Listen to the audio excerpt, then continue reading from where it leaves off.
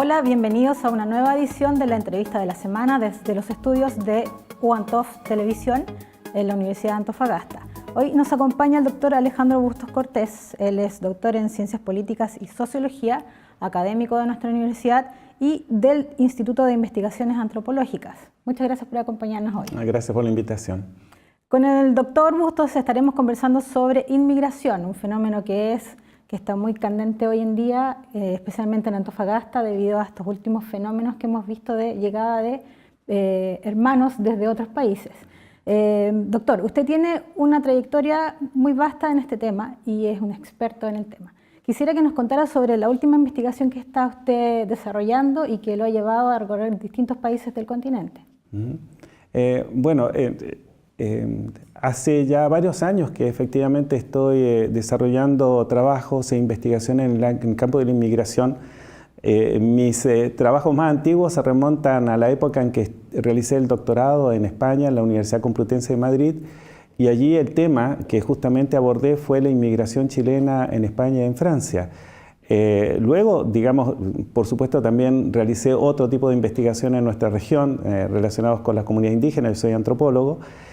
Pero ahora también hemos retomado con mucha más fuerza el tema de la inmigración justamente por ser un problema social, cultural, profundo, nuevo también se dice para Chile, y en eso estamos.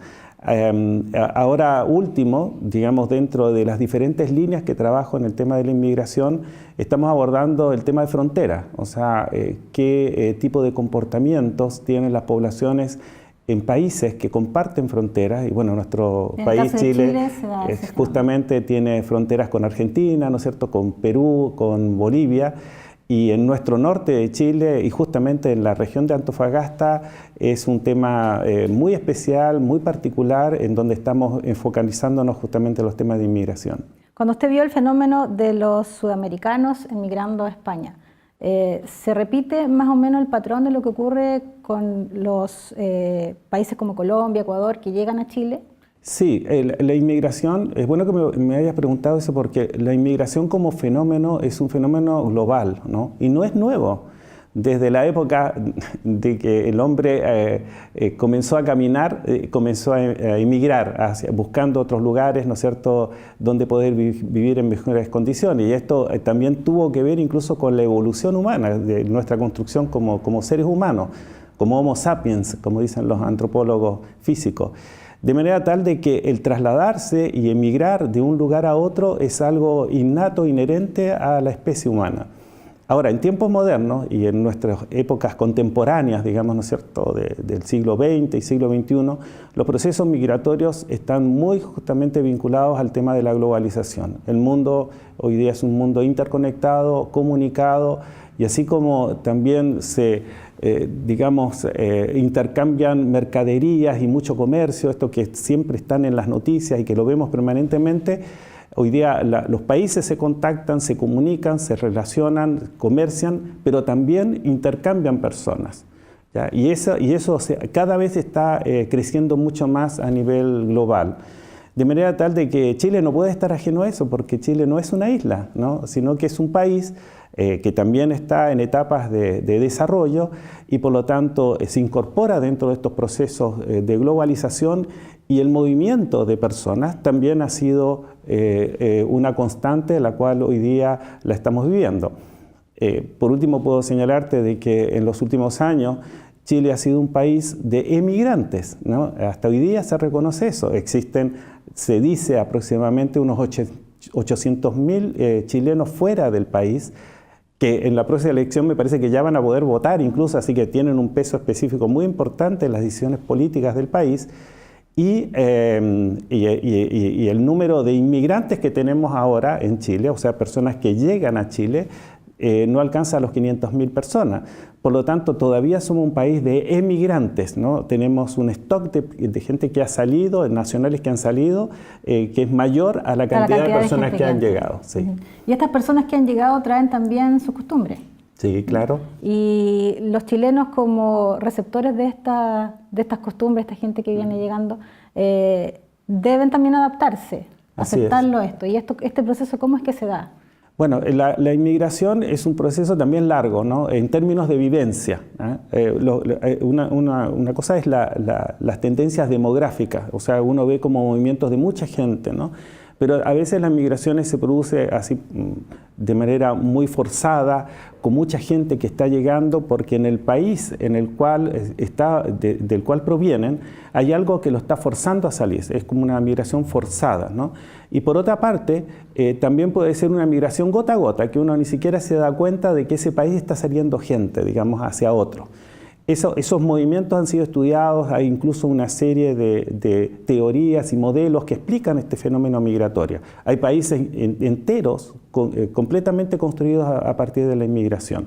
Entonces, respecto a lo que tú me preguntas, efectivamente uno de los factores que también son muy importantes es que la inmigración, cuando una persona llega, por ejemplo, en este caso a Chile, un extranjero llega a Chile, empieza inmediatamente a plantearse si se queda, si va a ser por un tiempo corto o por un tiempo más largo. Depende cómo le vaya respecto a las expectativas a las cuales llega el país. ¿Te fijas? Eso se llama, en términos generales, podríamos llamarlo como la integración.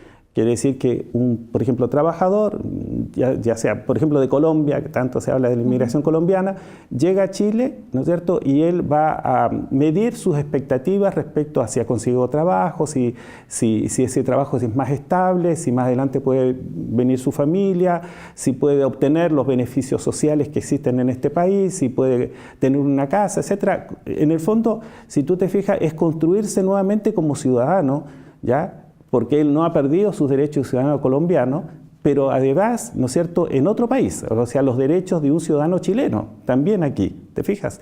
De manera tal, eso se llama integración. También ha sido un fenómeno bastante estudiado. ¿Y se sabe algo, alguna cifra de cómo ha sido la integración de los colombianos en Antofagasta? Todavía no tenemos cifras específicas porque ese es un proceso muy largo y es muy personal también, no se puede hablar de manera colectiva. La integración es algo que el propio inmigrante va evaluando en el tiempo. Puede darse con mucha más rapidez o mucho más lento en el tiempo. Entonces, ocurre de que el inmigrante va a decidir, digamos, ¿no es cierto?, si se integra a esta sociedad, depende a cómo le va, por ejemplo, en los aspectos laborales, si ha podido traer a su familia, si encuentra los beneficios sociales y comparte esos mismos beneficios con el resto de los ciudadanos nacionales, en este caso los chilenos, etcétera, las expectativas. De manera tal de que la idea es, entonces, para el inmigrante que él no pierde su nacionalidad colombiana, pero quiere tener iguales derechos que el caso del chileno o el ciudadano nacional, adquirir esas mismas condiciones. Eso es la integración propiamente tal.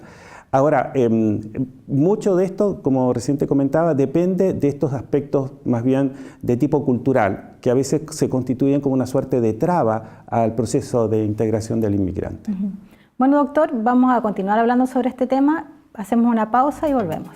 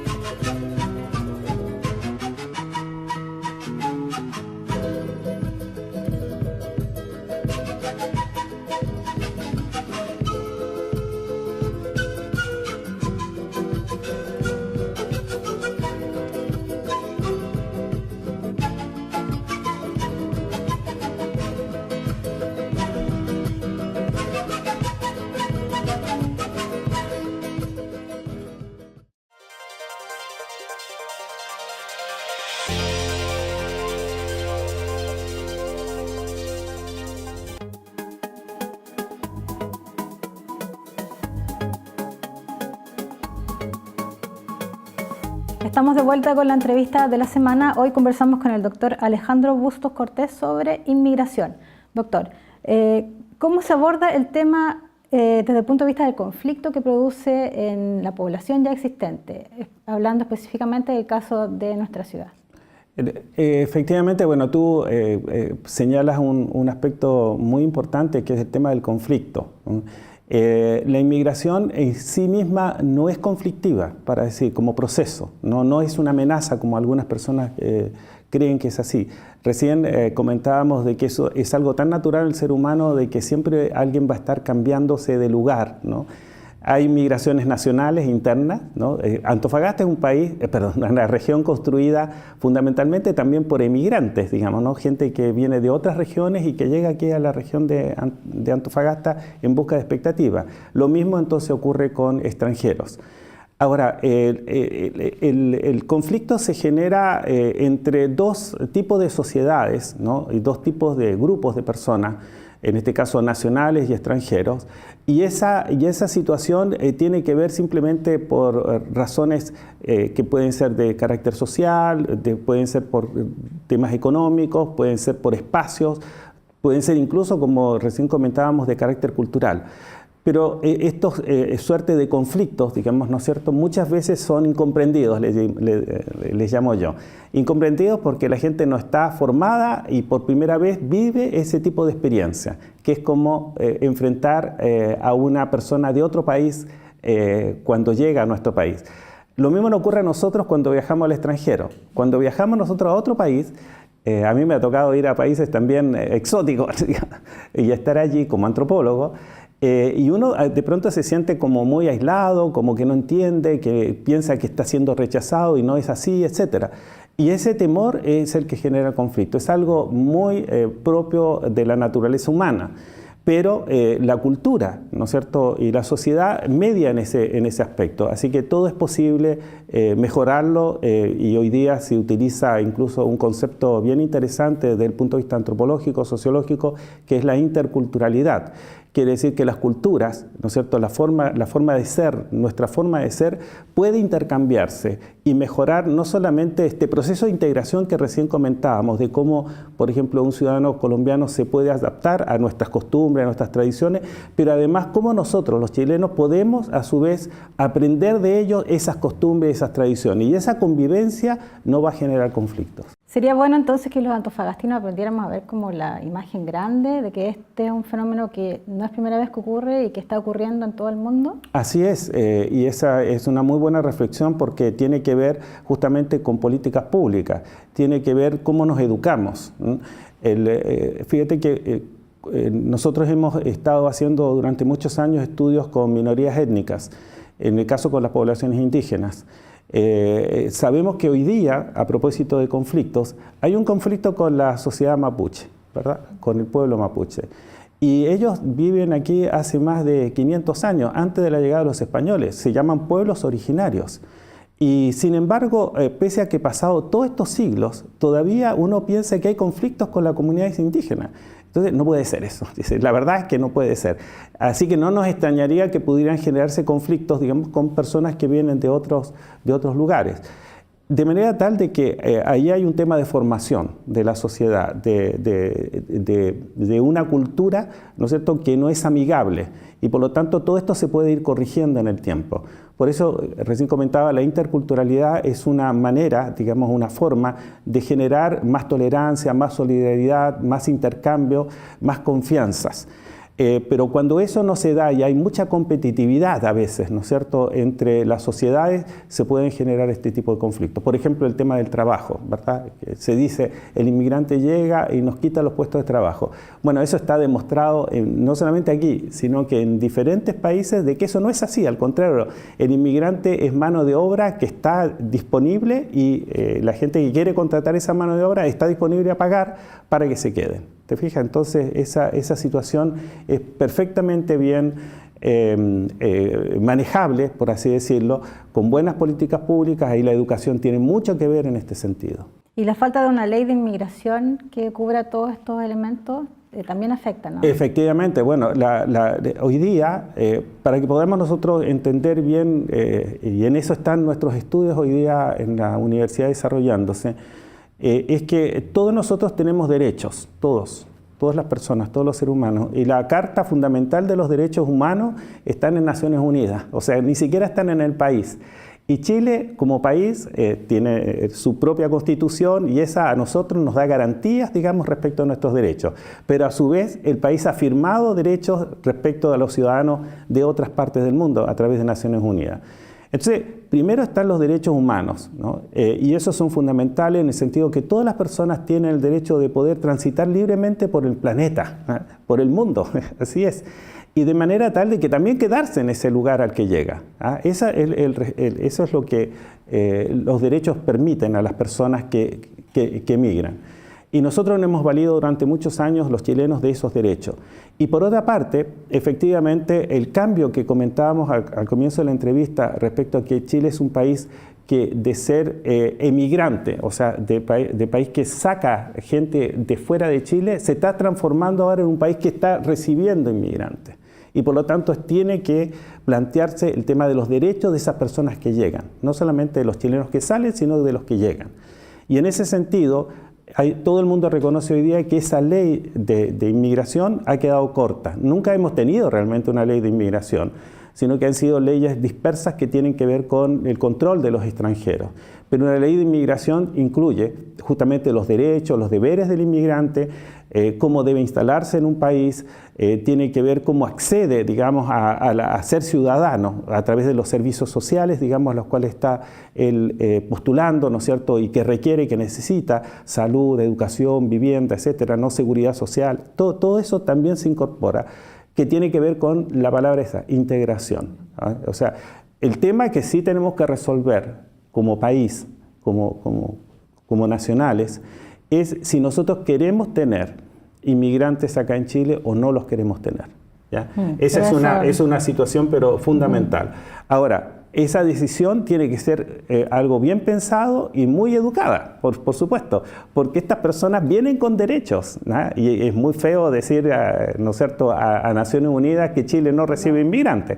No puede hacerlo porque ha suscrito cartas internacionales respecto a ello.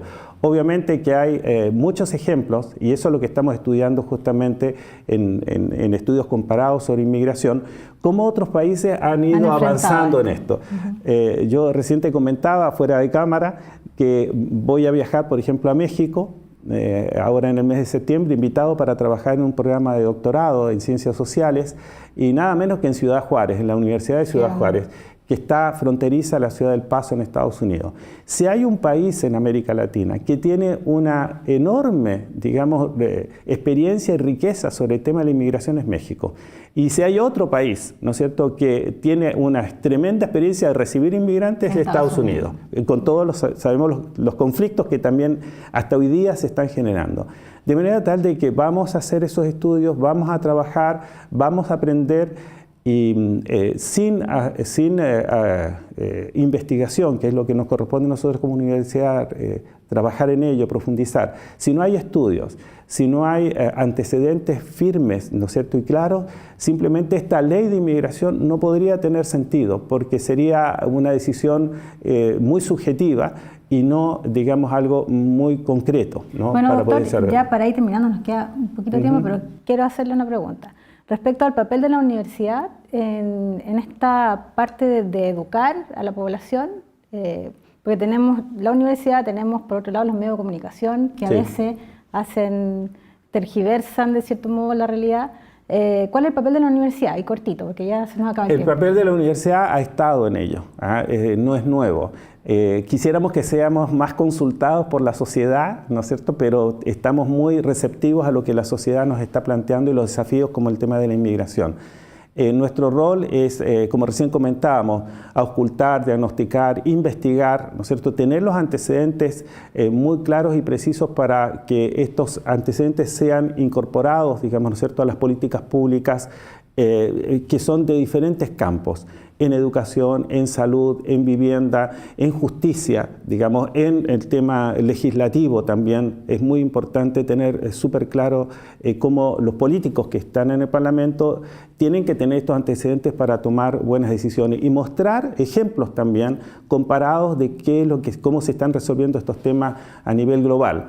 Así que Chile está en la globalidad. Yo creo que la inmigración es una clara respuesta de la globalidad, ¿no es cierto? Y no nos podemos nosotros dejar estar de lado o fuera, digamos, de esta tremenda situación política y social de la modernidad, digamos, de la globalidad. Bueno, doctor, muchas gracias por acompañarnos hoy. Esperamos contar con usted en una próxima oportunidad porque es un tema muy, muy interesante. Muchas gracias y por supuesto cuenta conmigo para todo lo que podamos conversar. Bueno, y así terminamos un nuevo capítulo de la entrevista de la semana por OneTov TV.